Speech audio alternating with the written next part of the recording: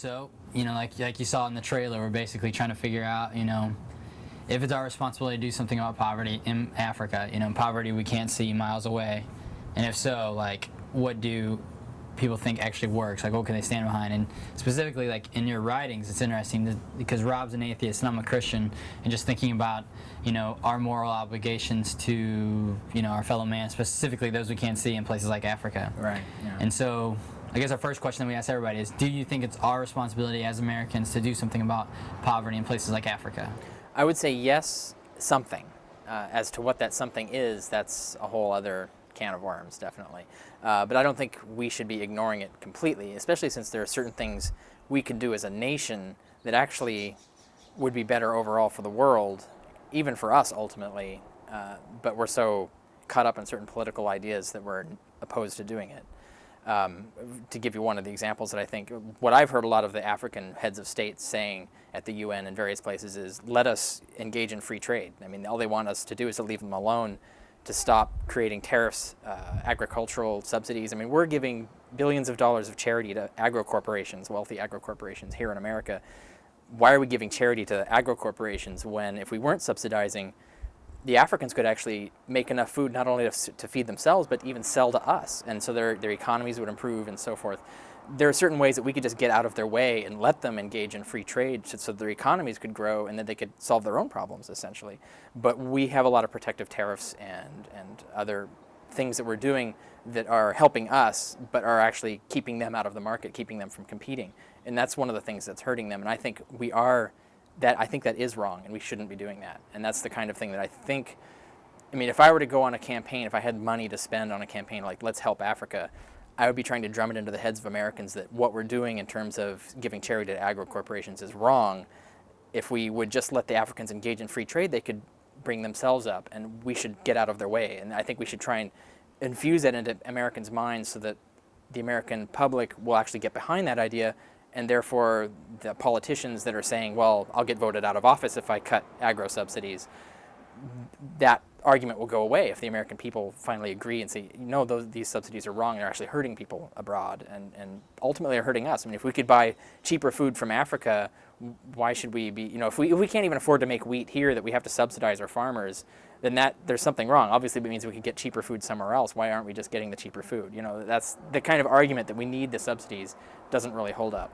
And that's just one example of things that I think we are obligated in the political arena. Of course, there isn't anything I can do about that except control the way I vote and the way that I advocate and speak about these issues. So it's not a lot, but that's at least something that I think people should be more aware of and conscious of and actually take action on eventually. Yeah, so that would flood into the next question, and we'll get to that probably in a second. I want to ask you more about what you just said, but unfair trade, one way we could help fight poverty, I guess you're saying, is to make trade more fair. Is that? Yeah, absolutely. I mean, let the African countries compete in terms of what they can make and sell. For example, one of the big problems they have is they have large populations, so that making food crops might be difficult for them, but they could make cash crops, and if they could sell those cash crops, they could buy the food crops. They might not be able to make enough food crops themselves, but they could buy them with cash crops.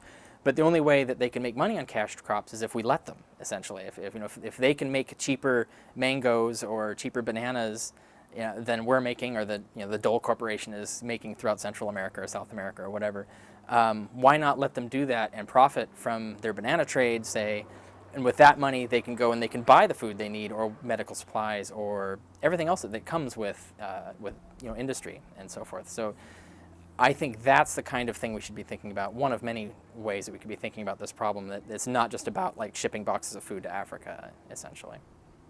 What you said, maybe not in every way we should help. There's some ways everybody should do. I don't know exactly how you phrased it, but you said maybe everybody do something. Right. What shouldn't we do? Maybe what isn't our responsibility to do? Okay, well, there's two different questions there. What we shouldn't do, you can say in terms of things that actually are going to hurt them more. I think, I could be wrong about this, and one of my biggest policies I have in terms of moral knowledge and moral conclusions is I need to see scientific evidence as to what's actually going to work and what's actually not. So I am completely open to being refuted on this, but from what it appears to me is that just sending them food, for example, allows them to grow populations and result in even greater numbers of people starving. Whereas what you need is to control the population as well as give them the means to produce their own food or procure their own food. So I think just sending mercy shipments of food is probably going to hurt them in the long run rather than help them. I could be wrong about that, but I would need to see the data to show that they're actually going to be better off that way rather than worse off that way.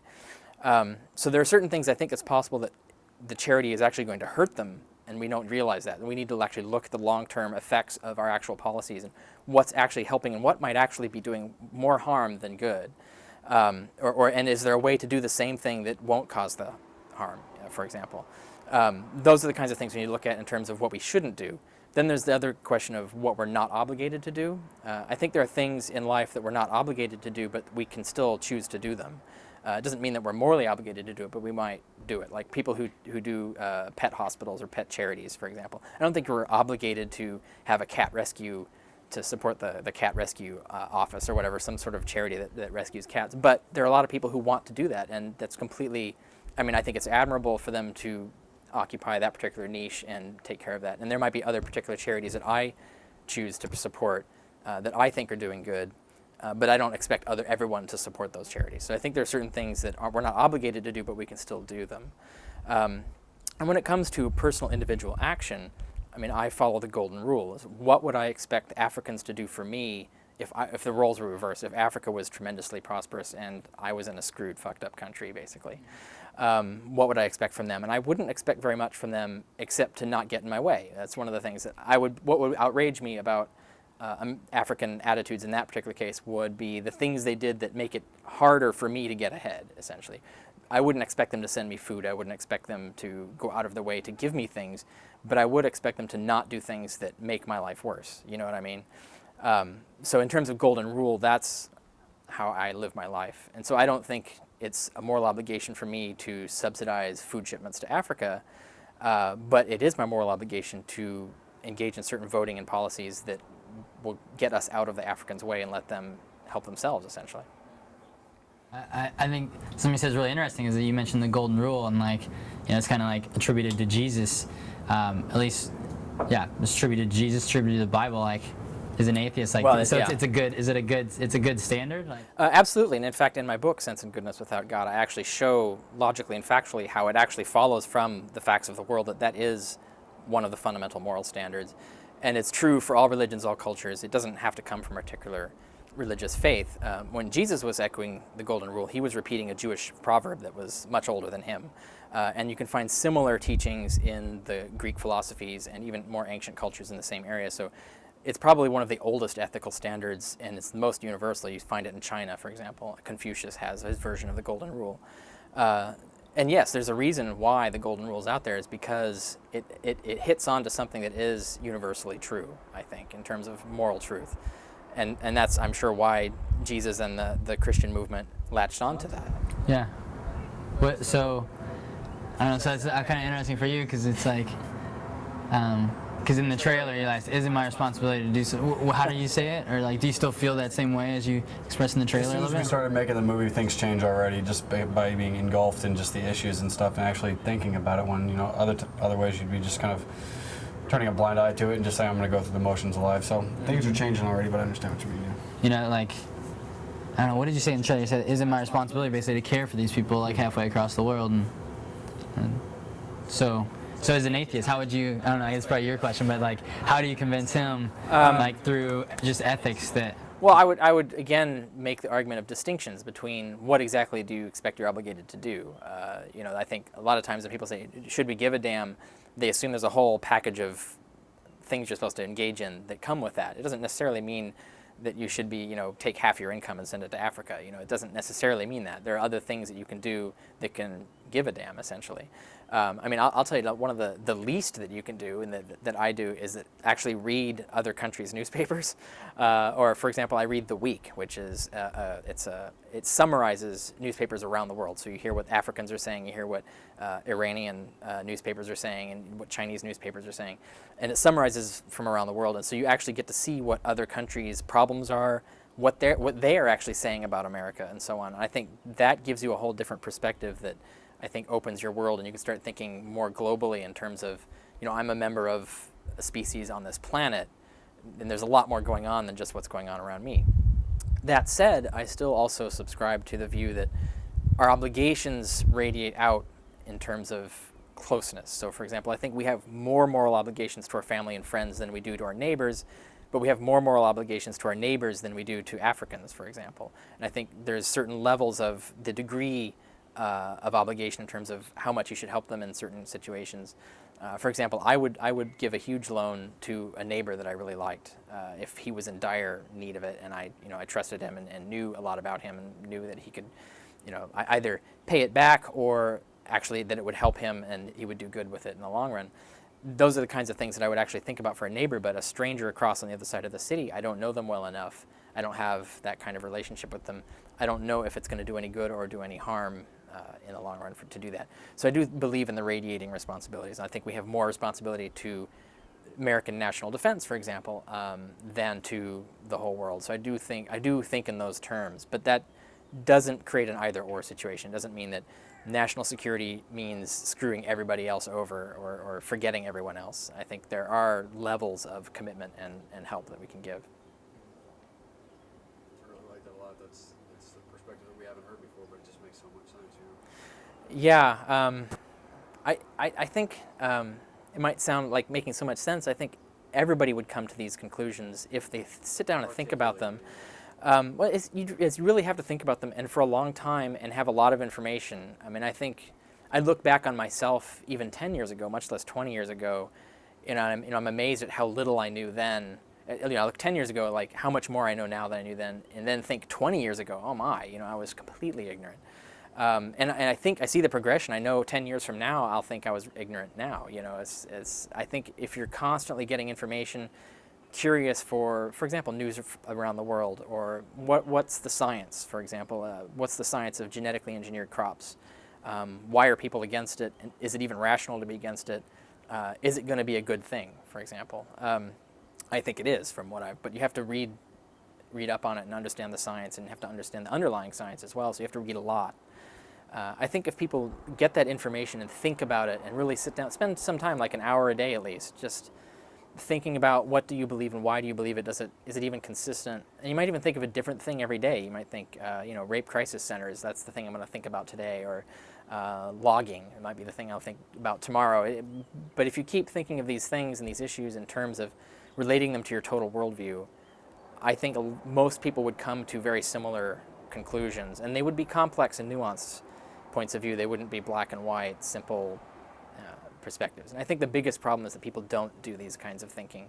I mean, I'll bet you've done a lot more thinking about this than most Americans have at all. And I'm serious. I mean, even if you're in the situation where you were a devout Christian and became an atheist, that shows that you've been doing a lot more thinking than the average person, in my opinion. And certainly in my experience, I've spoken to atheist groups around the country. I've seen a lot of ignorance, but generally the atheists are more informed than a lot of other people are. Although I say that in terms of organized atheists. I've seen apathetic atheists, who are people who are atheists simply because they don't think about whether God exists, they don't care. Those people are usually the most ignorant of all the people I've met. Yeah, it's hard to differentiate yourself from the two, because I'm definitely, it's something I've definitely thought about so much. Yeah. And anyway, so I think people need to think philosophically about these issues and other issues, and just in general about what is my worldview, who am I, what is important, why am I alive, what do I really want out of life? These kinds of questions I think people should think about a lot more, and they require you to think about more and more different things to answer these questions. So that's how I got to where I am now. I guess we already touched on what works to fight poverty? Yeah. Is there other things you think that work to fight poverty? Besides, making unfair quite trade? frankly, this is one of the things when you called and described your documentary, is like, I'm very keen to watch this documentary to see what you do find out. This is one area that I haven't thought on as much as I have other subjects, so I don't really know what would really work, or what would actually just cost outrageously and have very little benefit. These are the kinds of things I'm curious to see. I personally couldn't find these things out. I would have to see what other people have done in their research and so forth, and find these things out. So I'm very curious to see what you do discover. I wouldn't go around the country just asking people what their opinions were. I'd want to know what the actual facts were. So you could go around and say, what do you think would work? But how would they even know? I mean, are you a demographer? Are you, a food economist? Economist? What sorts of skills and actual research has been done? So I would want to talk to people who are actually involved in, not necessarily the UN, certainly the UN, but maybe even people who are for helping Africa, who are very antagonistic toward the UN. There are groups like that. I'd want to talk to them, like, well, what is the UN doing wrong that you, what would you, and why do you think your plan would be better? These kinds of things, I would want to know the why of it as well as the what of it, and find out what the facts are. And I haven't done that, and I'd be curious to see what the result is. I'm especially curious to see what Africans say. Yeah. Why do you think? Because I think about it, and I think like the fact that 1.2 billion people today are living on $1 a day. Like that 10 million kids are going to die this year from like preventable diseases. Like for me, it's always like, why is that not on the top of our priorities? Mm-hmm. Why? So maybe like, why in those hours has that not been a bunch of hours you've devoted? Yeah. Well, I mean, to be honest, the main reason is I just don't know that there's anything I can do personally. I mean, like I said, if I just send them money, that's really not going to do any good. In fact, it might even end up doing harm. The money just will end up in some, gun lord's, war chest, for example. Who knows? I don't know these things. Or it might end up creating a situation where more children are born because there's more food, but now there's more starving people, so you have to send them more food, and it's sort of this vicious cycle. I would need to know that anything I did is actually going to have a benefit, and then I'd weigh cost benefits. What is it going to cost me in terms of what's the benefit? And then I would still think in terms of the golden rules, like how much sacrifice would I expect from them on my behalf? And that's how much I would give for them. And that's how I would reason it out. And really right now, it's just I don't know what would work. I don't know what I can do other than, as I do now, is decide who to vote for, essentially, in terms of this. But I see very little hope, for example, of ending agro-subsidies anytime soon. I mean, the politics behind it seems so daunting. I don't see it being defeated. I would very much love to find out a way that we could get rid of that and change the way we do things in this country. And I'm watchful for what will work, but I haven't seen what will yet. So is that's free market economics? So basically, like. Yeah, that's almost like is that a conservative idea? Because I mean, we're in it's San funny. Francisco. I feel like this is like the liberal It capital of the world. is it conservative? I don't think it's. It used to be conservative. The conservatives used to be free marketers. I mean, they're now running up massive budgets and so forth. But and they're free marketers when it benefits them, I guess. I don't think of it in terms of conservative, and I'm not strictly. I'm not the free market solves all problems kind of guy. I do think there are mass government action and regulation, for example. I do believe in those things. For example, I do think if our government could do something to boost the African economies, for example, or to give you an example, when we invaded Afghanistan, of course we put all our troops into Iraq stupidly. If we put the force strength that we put into Iraq into Afghanistan, we could have destroyed 80% of the world's heroin crop and basically ended massive heroin trade around the world, and we could have replaced all of that with some sort of viable agricultural industry. We could have built roads, hospitals, schools, power plants. We could have given them infrastructure. All the money we spent in Iraq, we could have spent in Afghanistan, and created this complete infrastructure that they'd have the resources to go on. And so we would, blow up their country, fix it, and then leave. But I think we would leave a better legacy had we done it that way, rather than just go in, shoo some guys out, and then just leave a token force there, have virtually no effect on the future of the country, or even a negative effect overall. So those are the kinds of things that I would like to see done. Caught me off guard with that. Yeah. It's an interesting way to phrase it, but it made sense, definitely.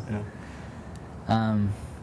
One thing I thought was interesting is that, just chime in whenever you got a question, but is that you say if everybody just took an hour to think. I think that's really interesting, And yeah, I'm a big believer in that. As we travel across the country, we just realize it's not that people don't care. It's just like they don't know anything, Like they don't know. Mm-hmm. A lot of them don't know that Africa is a continent, Really? Yeah. I mean, I'd say shocking. Okay. A lot of people don't know. At least they knew it if they just sat there and Mm-hmm. Oh yeah, but they're maybe that country, that guy who runs that country, it's just it's not on the forefront of the brain. Right, They don't make any attempt to bring it. Well, yeah, especially right. I mean, especially since Africa is complicated in terms of it's not all the same everywhere in Africa. That's another thing. I think, like you're saying, people are assuming it's just there's one Africa, that one guy running it. And, yeah, that does shock me a little. I guess it doesn't surprise me too much. I've just always been in disbelief of the polls that show the extent of ignorance among Americans. We're supposed to have this great education system. I don't know what's going on with that. But you're right. I mean, information is one thing, and I mean, not just information about other things, but even information about yourself, thinking about yourself. Well, who am I? What are my values? Why are those my values? Just questioning, try to make yourself a self-made person in terms of analyzing and criticizing yourself. Do I really want to be this sort of person? Or what sort of person am I, A lot of problems, I think, stem from self-ignorance, even not even just ignorance of other people. But it all connects together. I mean, to understand yourself, you have to understand other people. And to understand your environment, you have to understand the whole world, really. So it all connects together. But I think if you start thinking of these questions, they'll lead you on tangents, and you keep doing that, and you do enough tangents, and you start to build a better picture, certainly, of what's going on in the world and what you should be doing about it than you would have otherwise. I think that's one of our goals is to, or at least one of my goals, is to create like an educational like curriculum that would educate like high school and college kids about, why are some countries rich, why are some poor, and include geography and climate and culture and economics and politics and I guess those people who are already like a lot of college students are interested in that, but just like even in high school, just educate people like the world. This is the world, and I think they do maybe, and people just don't pay attention. Well, I don't know. I mean, what you're describing sounds like an excellent idea, regardless of even the effect that you're looking for is to get more people interested in doing something for Africa. The education alone, no matter what else they do with it, will make them better. I think, give them more information. They'll know more. And even it'll change their thinking in terms of, there are other people I should be thinking about. And the decisions I make economically might ultimately affect people. I mean, the diamond trade is one of those examples where, international action was taken to prevent, what do they call, blood diamonds, to prevent them from getting into the market. But before that, nobody really cared. And so you had basically people buying and selling diamonds were supporting this incredibly gruesome terror industry in Africa and other countries. Now people have woken up to that and are taking action about it. But you have to be aware of it, first of all, and then you have to care, and then you have to give a damn, like you said. And people did start to give a damn about the blood diamond trade, and things have been done. And that's a model there where you can see action was taken. And it wasn't necessarily very expensive action. It was just certain policies and decisions had to be made at several levels of society in organization to prevent the blood diamonds from getting in and to sort of not support this industry. It's probably not completely cleaned up yet. There's probably more work to be done, but it's better off now, I'm sure, than it was when people really didn't care or didn't know. They didn't care because they didn't know. That's just one example, I think, of where you can have, through education, change of mass action. And what you're talking about, that African, or just not even just world poverty in general, teaching the causes of it, as long as it doesn't become a sort of ideology thing where you're just teaching one ideology of one idea, one theory of what's going to cause it or so forth. If you're actually teaching scientific facts, this is, economic science has shown these are causing the problems, or political science has shown these are causing the problems. If you're dealing in facts like that, it's not based on ideology, it's based on the facts. I think that would be tremendously helpful for many other reasons than even the one that you're interested in. I got a question. I'm not sure exactly how to ask it, but everything I'd ever seen about Africa is just kind of intertwined with the Christianity thing, just kind of bringing the Jesus to Africa, just trying to save people that don't necessarily need to be saved. And so how would you respond to people who bring that over there and their motivations? How do you think that kind of conflicts with what they're actually trying to, if they're trying to help and they bring that with it? Does it make sense? Yeah, just let you open on. It annoys me that people ask to have massive amounts of money to send Bibles to Africa. Like, that's the last thing they need. If they're going to burn them to warm themselves in the night, and maybe then that would be helpful. But I think that's kind of a misdirection of what's really going to benefit them. But at the same time, I think there are a lot of Christian missionaries who are doing real positive work. I've known Christian missionaries, not who've worked in Africa, but who've worked in Central America. And they're doing real, they're educating, they're, creating literacy in areas where there might not have been. And literacy is really the beginning of self-empowerment. So there's a lot, I think, that is being done by Christian missionaries that's good. And if they want to evangelize, I'm not one of these stingy persons that says that's wrong. I mean, if they want to evangelize, that's fine. I do find a problem, though, when intimidation or manipulation is involved, where, like, you have to pray to get the services, for example. I mean, there's a lot of good movies about, what's the one with Audrey Hepburn as the nun story, I think, where she really wanted to go to the Congo to help the Congolese. So she became a nun to do that, and it shows the story of how the Catholic Church kind of got in the way of doing charitable work, but the people on the ground started to sort of break the rules because they were interested in doing the charity. And it's interesting how you can see how the Christian mission can be taken too far and get in the way of the good work. That I want to see caution against, but I don't assume that all Christian missionaries are, selling, basically saying, become a Christian, convert, and be baptized, and then we'll feed you. I mean, I don't assume that's going on everywhere. If it is going on anywhere, that's wrong. But I don't see a problem with, well, look, we're going to help you out in these various ways. We'll educate you. We'll build you a sump pump or whatever the case may be, and then we'll teach you these doctrines that inspired us to do this for you. And that I think is totally fine. I believe in free speech, and I believe everyone should have the opportunity to do that. So I don't have a problem with that particular aspect of it. Huh. That's interesting. What, did you have another question? I was thinking, for me, just to, like, educate me, how would you start, like, I'm sure you, like, really break down ethically, like, logical arguments. How would you go from, I don't even know where you start to, like, how would you logically explain, the golden rule? Like, how could, what's the basis of it? Say you wanted to convince me that was, Well, I mean, what is the book is? How many pages is it here? It's big.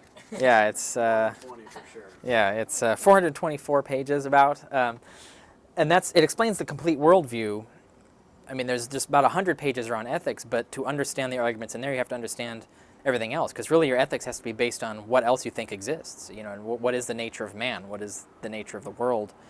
Is there a God? I mean, that is an important question, because if there isn't, then certain conclusions follow. Is there a heaven? That's another, is there an afterlife? So those are the kinds of questions. You have to answer these things. And the nature of the mind, and then what is the nature of the mind? What is the nature of pleasure, and so on. You have to answer all these things before you can get to the ethical groundwork.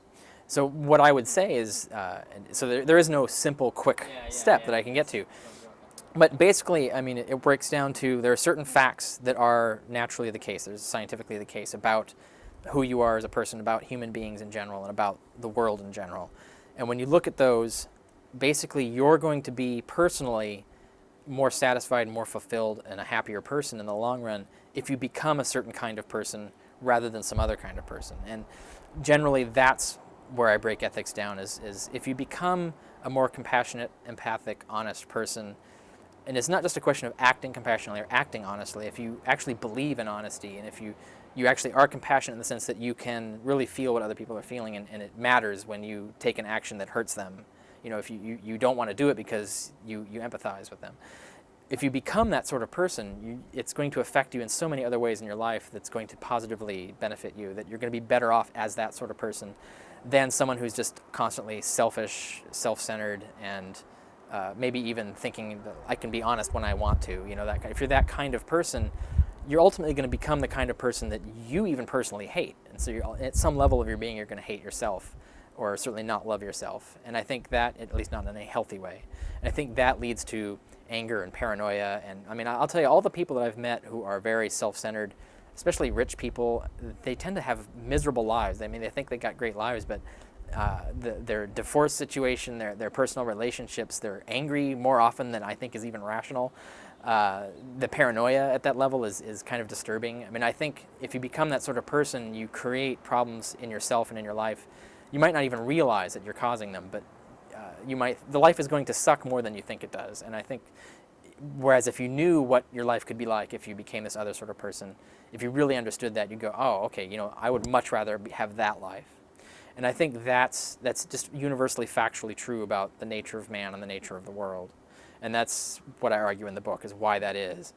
And it's just the way things are. I mean, it doesn't require appealing to some intelligent designer. It's the way things are. However it got that way, it doesn't matter. That's the way things are. And if you respond to the way things are, what you get is the golden rule. If you are the sort of person who really believes and understands the golden rule and lives by it, you're going to be a happier, more fulfilled person. And that's how I would argue. It's interesting because that's very much like what I think, like the give a damn idea is going for. Is just like, screw the guilt. Like, forget about guilt, Like, forget about the guilt, forget the, the bullshit. Like, what's the truth?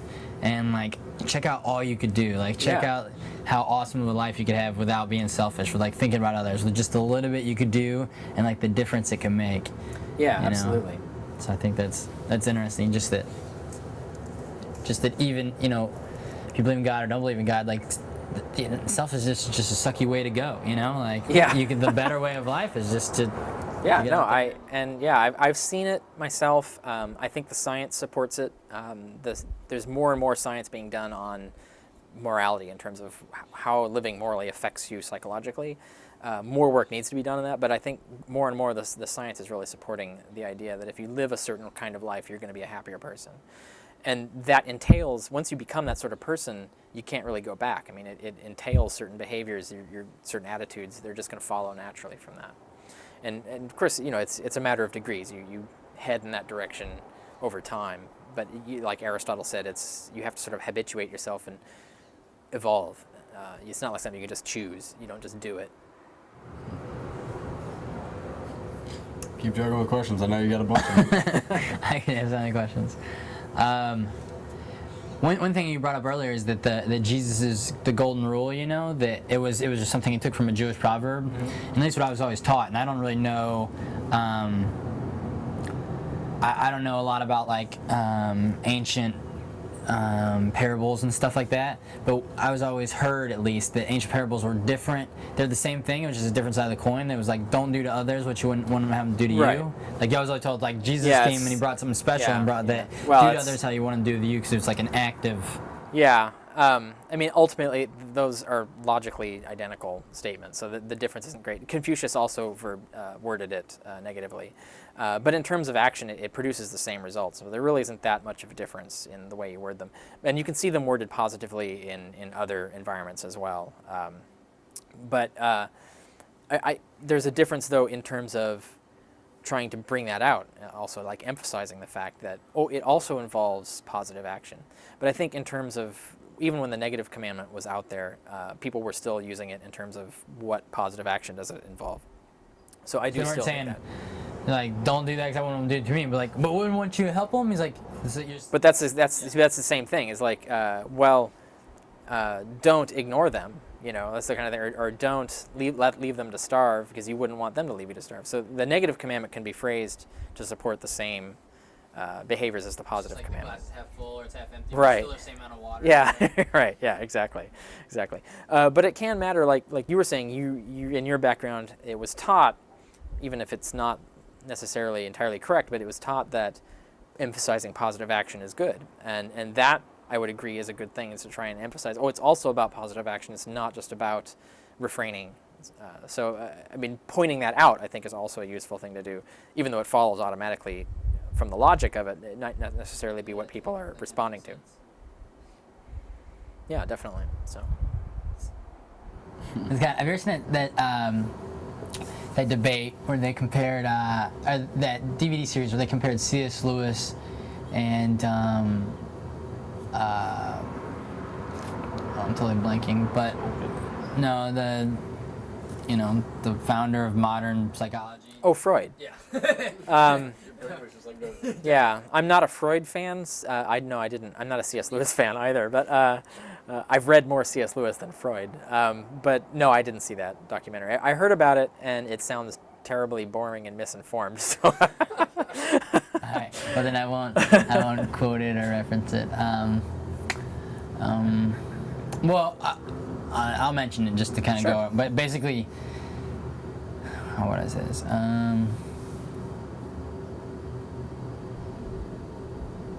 I don't know.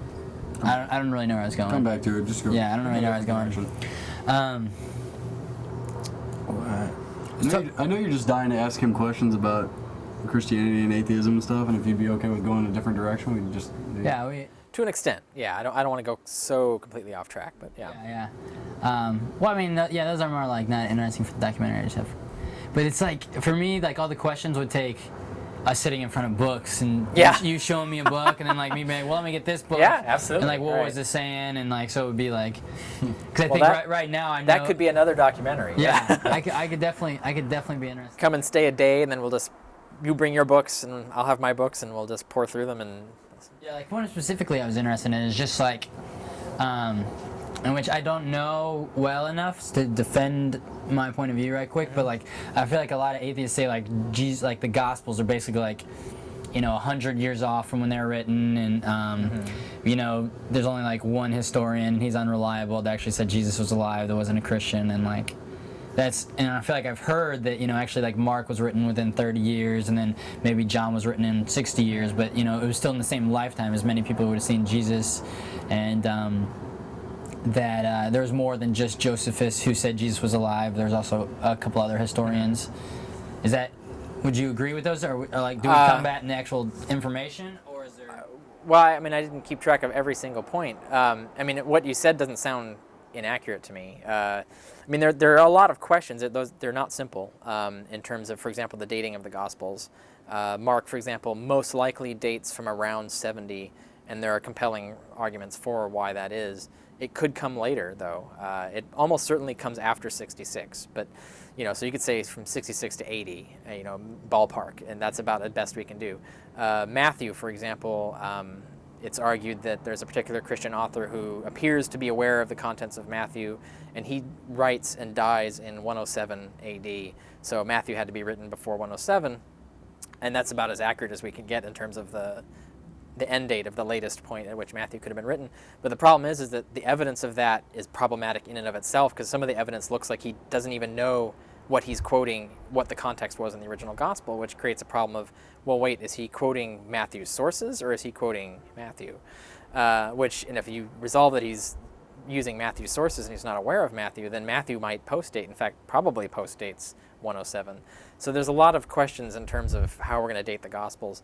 But even that isn't the end-all, be-all of everything. I'm going to give you an example and be your own advocate in a sense, is that Arian, the historian Arian, wrote a history of Alexander the Great, basically the whole story of Alexander the Great.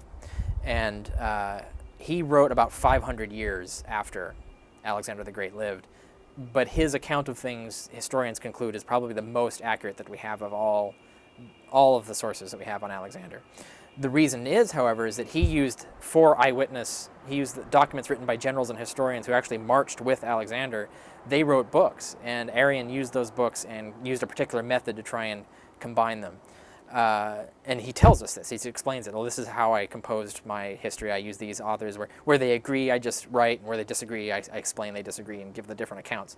He doesn't always follow his own method, but we know he's using eyewitness documents, and he knows the names of these eyewitnesses and what they wrote and what their biases were and so on, which is a very different situation than we have for the Gospels, where none of the Gospel authors actually identify by name who their sources are for any of their facts. Which is a problem, and even if they did, they don't explain why they disagree. For example, Luke certainly knew. I think it can be shown that Luke knew Matthew, but certainly he knew the Q document, and he knew Mark, and I think John knew Luke and Mark as well. But they contradict each other on fundamental issues and don't explain why. And we have other historians like Suetonius, where he runs into this situation. He says, well, all these guys contradict each other, and this is what the evidence is, but I think this is the correct answer and this is why. And he actually reasons it out, and you can see his reasoning and you can see his evidence and so on. So you can kind of trust his conclusion more, or even disagree with it informedly.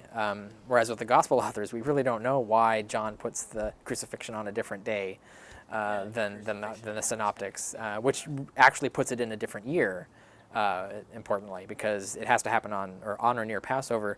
Each one puts the Passover on a different day. It's either a Friday or a Saturday, and there's only certain years where the Passover fell on that day, and so they actually put the crucifixion in different years. So why? These are the kinds of problems that historians have to tackle. And it came up like the weird explanations of the whole like who went first and who showed up there first and what they saw when they showed up. Well, that's the favorite one of debates. Yeah, I as a historian, there are more interesting contradictions, I think, than that. I mean, that is a problematic one, but yeah, like I said, that's a really complicated question. And I'm writing a book now on the issue. The title of it will be "On the Historicity of Jesus Christ," where I do lay out basically where the state of scholarship is on this issue, and how strong is the evidence, how reliable is it. And one of the things I talk about are the Gospels. And are the Gospels myth or are they history? And I think the case can be made that they were originally written as myths, deliberately as symbolic myths. And there's certain arguments I can present for why that is, which I think you'll understand. I mean, if you read this book when it comes out, I think you'll find it interesting. Even if you disagree with the conclusion, I think you'll learn things about the Gospels that you didn't know before. And I think that in itself is one value of this book that I'm writing now. But I think that book will answer a lot of your questions, and the ones it doesn't will probably inspire another documentary. So I'm definitely interested in. I do believe that if Christianity is true, it can be defended. Then if it can't be defended, then it's not true. But like. Well, so for me to seek out more stuff is only beneficial. So if it turns out that. Yeah, and then, all these things, I've researched. I imagine it's going to be a lot of well, it's right. I mean, just think, I have a PhD in ancient history. I've spent 15 years on this, studying the languages and the original sources widely and broadly, understanding the ancient cultural context and all this. It's a lot of work. And as I was saying before, when I look back what I knew 15 years ago, it's like, oh my gosh, how ignorant I was and how much more I know now. Again, thinking 15 years from now, how much more I will know then. It's not easy, not at all easy, which is why I don't condone the atheists who go around saying, well, Jesus didn't exist, and the evidence shows it, and you should just go and look at the evidence and find out. It's not that easy to look at the evidence. I mean, even if you conclude that Jesus didn't exist, to get to that conclusion, you have to have considerable amount of knowledge and understanding of things that you've looked at that I don't think the average person even has time to do. And I think it's the responsibility of scholars to really interact with this and come up with a consensus position, pro or con. And that's one reason why I'm writing this book. It's more directed at other scholars. Well, yeah, it's directed at other scholars. The point is, I want scholars to seriously look at this and then say, well, what's wrong with the argument? Where are the facts wrong?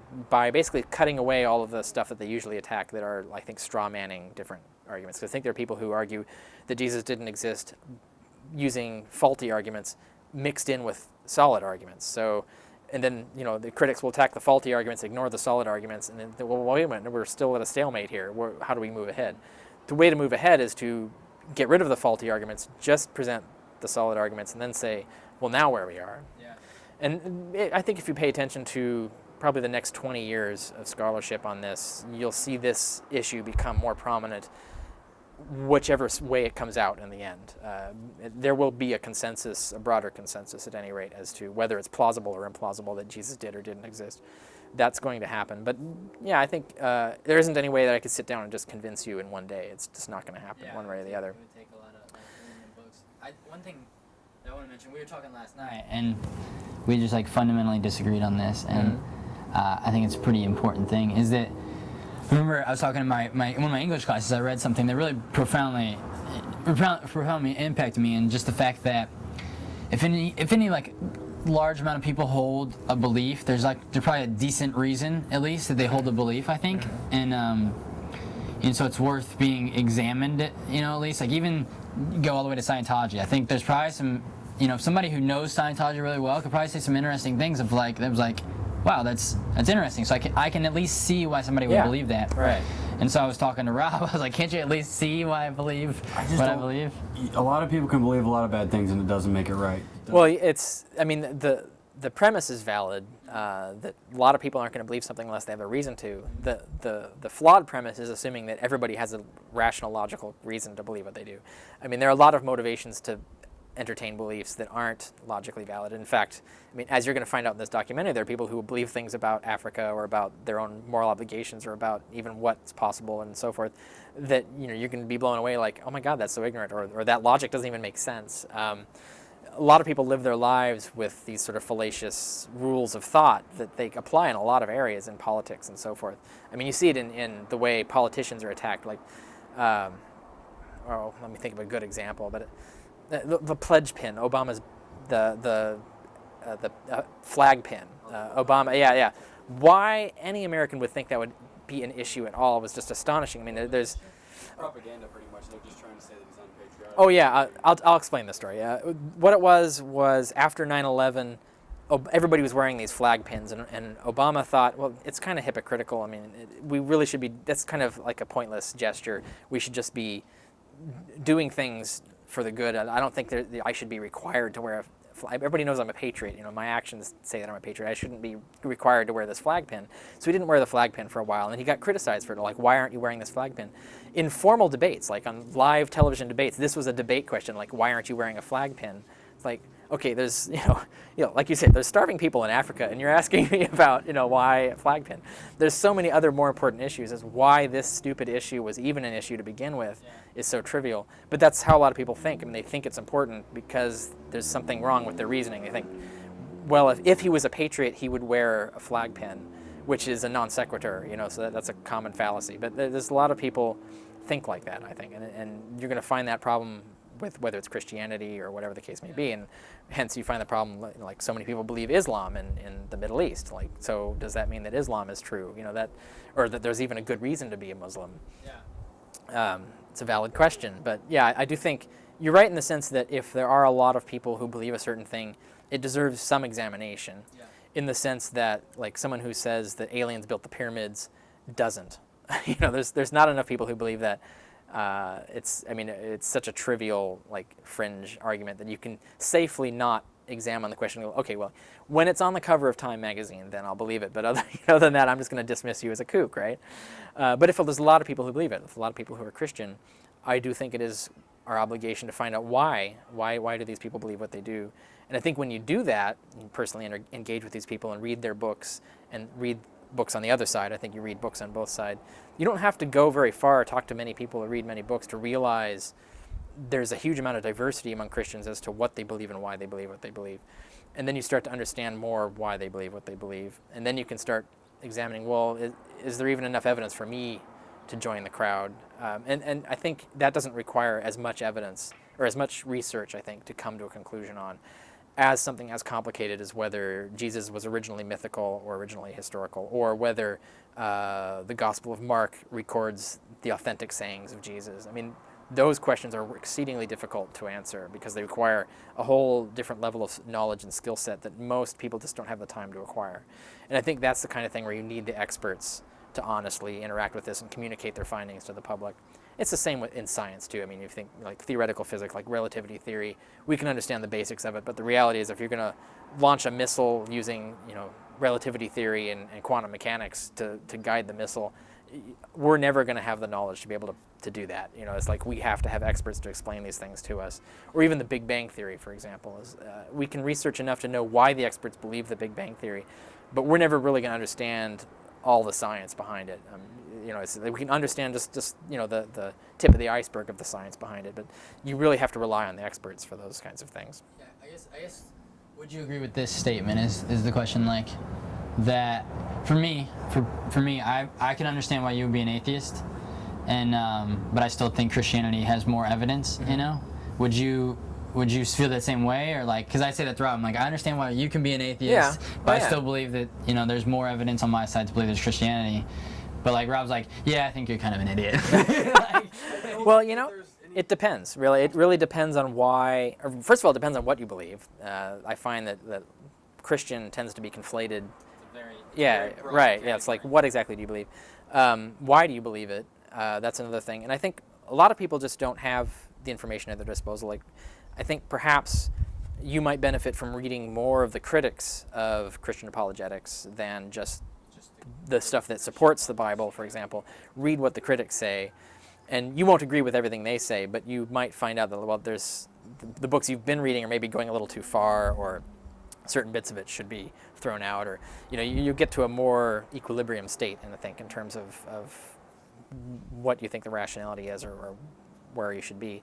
But I think, yeah, I can understand why someone is a Christian, but I don't automatically assume, I mean, I don't know what you believe or why you believe, so I wouldn't assume that you're an idiot. So That's just me calling my buddy an idiot. yeah, I mean, and what I would say is if you're fine with me being an atheist and we can work together as Americans to move forward, and then if we can have honest debates about policy that don't end with you saying, well, the Bible says it, if we can have like rational debates like that about what we should do that don't depend on my believing Christianity, then I have no problem with Christians, and I could work with them, and we could share this nation and have no problem.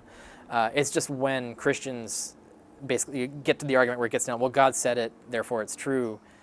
Well, now you're forcing me to criticize your religion and show you why that's not the case. A whole other issue of examining why is the Bible trustworthy. Yeah, well, yeah, there's those issues as well. But I mean, if that's where the debate ends, then I have to attack your religion just to disagree with you. It's that kind of thing. So what I would say is, like, if you want to understand why I believe what I do, read my books. That's what I tell people to do. Or my online work. I have lots of online work. I have one big article on why I'm not a Christian. So if you want to know why I'm not a Christian, you can read that article and you can see, and then you'll understand why I believe what I do. You might still disagree with me. That's fine. But that's, I think, where you have to start, and then whatever interests you the most. I mean, if you're comfortable with that level of understanding, you can just move on from there. But if you're not satisfied with that, then you can keep reading. Keep reading other things, read what other people have written, and then ultimately, I think if people have done a lot of reading, they email me with a question. If I think they've done a lot of reading and they've gotten pretty far on their own, and this question is the sort of thing that they wouldn't have found an easy answer to already, then I'll oblige them. I'll answer the question. Maybe I get some questions that I didn't put the time in to really. They can Well, find this out on their own. I get so much email that's just not even possible. Really? Yeah. How many emails do you think you get a day? Just curious. Well, I measure it by a week. I get about 200 a week. Yeah, and they stack up and stack A lot up. of hate mail and stuff. No, I don't actually. In fact, I personally haven't had much, I'd say, religious prejudice against me. I've had, like, derogatory things said, but not necessarily like you're going to burn in hell. Although I know a lot of atheists, activists, and so forth who get a lot of that. I don't so much. I mean, I used to get the "we'll pray for you," or "you should believe," or "you'll go to hell." It's not like sort of a veiled threat, but I used to get that a lot. I don't get it as much anymore. But I do get a lot of sincere religious questions and a lot of bogus, sort of snarky questions. Those kinds. I get that kind of email. Trying to point you back to Jesus with the question. Yeah, well, I mean, I because I've written about Islam and I debated atheism with a Muslim expert. That's one of my biggest debates, actually. It was before an audience of about 1,000 Muslims in Michigan, I think. Yeah, yeah, that was it was a team debate. It was me and Dan Barker against Hussein Rajabali and Michael Corey, who is sort of a generic theist. But Hussein he's a hardcore Muslim. And it was the Muslim community. They paid for it. The Muslims, they paid for it. They put us up in the hotel. They feeded us. They had a meal for us. So I got to interact. They drove us around. So I got to interact with Muslims from all over the world, from Tanzania, from Lebanon, from Syria. I got to talk to Muslims from everywhere and got to ask them, like, great questions that I've always wanted. If you meet someone like that, it's like, well, what do Syrians really think about America, and why? That kind of thing. Like, I just want to know, because all I get is through the filter of the media. But that was a great experience, and everyone treated us very nice. I didn't have any prejudice against me at all. They were very kind and very gracious, except in the debate. When he got up at the podium, it was all fire and brimstone, and to the level of being insulting, really, and that bothered me. But it was all kind of like an act. It was all kind of like a show, like he's a preacher up on the podium. But off of the podium, he was a great guy. He was nice to me and everything. And that kind of threw me for a loop. I didn't understand that behavior. But I've seen that in many other occasions where Christians will be really nice to you until there's a certain context, and then they'll be really mean. But it's not like you're going to burn in hell. I've had signs saying that. I've never had someone come up to me personally and say, "You're going to burn in hell." That's never happened. But I do know people to whom that has happened. Yeah. Yeah. Really? I'm usually doing stuff to deserve it, though. Yeah.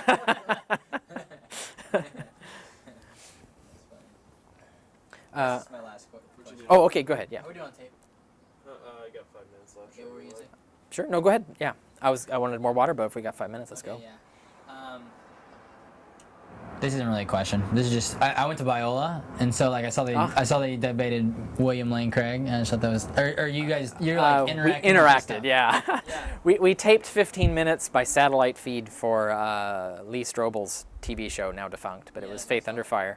I have the DVD actually, if you're interested, but or I think I do.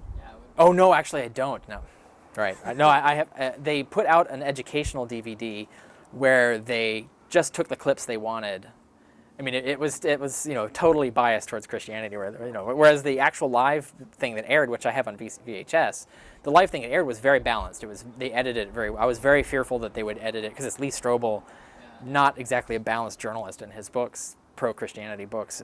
So I was a little concerned that they would be, totally favoring the Christian. But it was very well balanced. I liked the live show that aired. They aired 7 minutes of our debate about whether Jesus rose from the dead. And I was very happy with how they edited it. It was a really good mix of positive arguments on both sides, so it was good. But the DVD that came out, sort of educational DVD, it's kind of laughable. But the episode that played was good. Yeah. It's not sold, so there's nowhere to get it. But In the bank, like, where was it just like a point where we just disagree on this fact? Yeah. Or where did you end? Ironically, it was funny. Well, we disagree on whether hallucination is a plausible explanation of religious experience. We disagree on whether hallucination, whether visions, like natural biological hallucination, can create religious experiences. We disagree on the degree to which that can happen. We disagree on whether there's enough evidence to establish that there really was an empty tomb. I mean, my position is that there isn't enough evidence to be sure of that. I mean, even if there was one, we don't have the kind of evidence we would need to be sure of that. So we disagree on those things, but one of the funny disagreements was that the episode ended and they included this in there. Lee Strobel asked, I guess it was kind of supposed to be a loaded question, but he asked William Lane Craig, so if we found the bones of Jesus tomorrow, like in a tomb or something, would Christianity end? Would that be the end of Christianity? And William Lane Craig was, yes, I think that would end Christianity. And it was funny that I was disagreeing. I took the opposite point of view. I was like, well, no, actually, because the position I was defending was that the earliest Christians believed that Jesus had traded bodies. He'd gotten a new body in heaven and left the old body behind. And I argued this in my book, in the chapters I added to the book, The Empty Tomb, Jesus Beyond the Grave. And I defended that before William Lane Craig, but I said, well, actually, the theory I'm defending as to what they originally believed, that could actually be true or could still become the Christian faith. So that even if the bones of Jesus, I mean, literally somehow, I don't know how you would do it, confirm that they are really Jesus' bones, but if you could actually do that, that wouldn't refute. It's got all kinds of Jesus. Man, that's some Jesus on there. That's some Jesus on that bone. Yes, the Jesus meter is really ticking over. Yeah, I don't know how they would do that. But assuming that they could, that wouldn't refute the resurrection because you could still have a belief where he left that body behind and got a new one. So you could still maintain the belief without the bones refuting it. So I don't think Christianity would be ended by the discovery of Jesus' bones. It would change. But Christianity has changed a lot throughout history. It's constantly changed. So I don't think Christianity has a problem with changing. It's just but it was just ironic to see that he and I were taking the opposite positions. That he was saying that Christianity would be refuted by finding the bones, and I was the one defending that it wouldn't. That is interesting. They do put a lot of weight on the because they wrote a whole book about like Hank Hanegraaff. You familiar with Hank Hanegraaff? About like the resurrection and like what it's just like it's the new point of the apologetic. Yeah, it's the new front of Christian apologetics apart from the creationism angle. That's a whole separate front is creationism versus evolution. The other one is the resurrection. Everything hinges on that.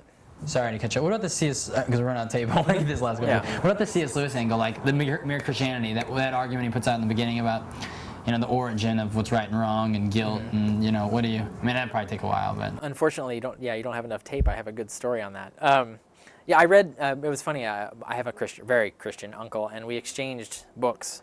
He sent me Mere Christianity, and I sent him. I think at the time it was Dan Barker's Losing Faith in Faith, because I hadn't written my book yet, and his book is a short read and it's got kind of the basics, So I read Mere Christianity, and there was one point where C.S. Lewis was, making this sort of, very authoritative argument that morals are the same everywhere, and here's why. And he gave an example of, if you're on a train and you get up to use the toilet or whatever, and someone occupies your seat, everyone agrees that that's wrong. You know, like you could be in China, you could be in Israel. It doesn't matter where you are.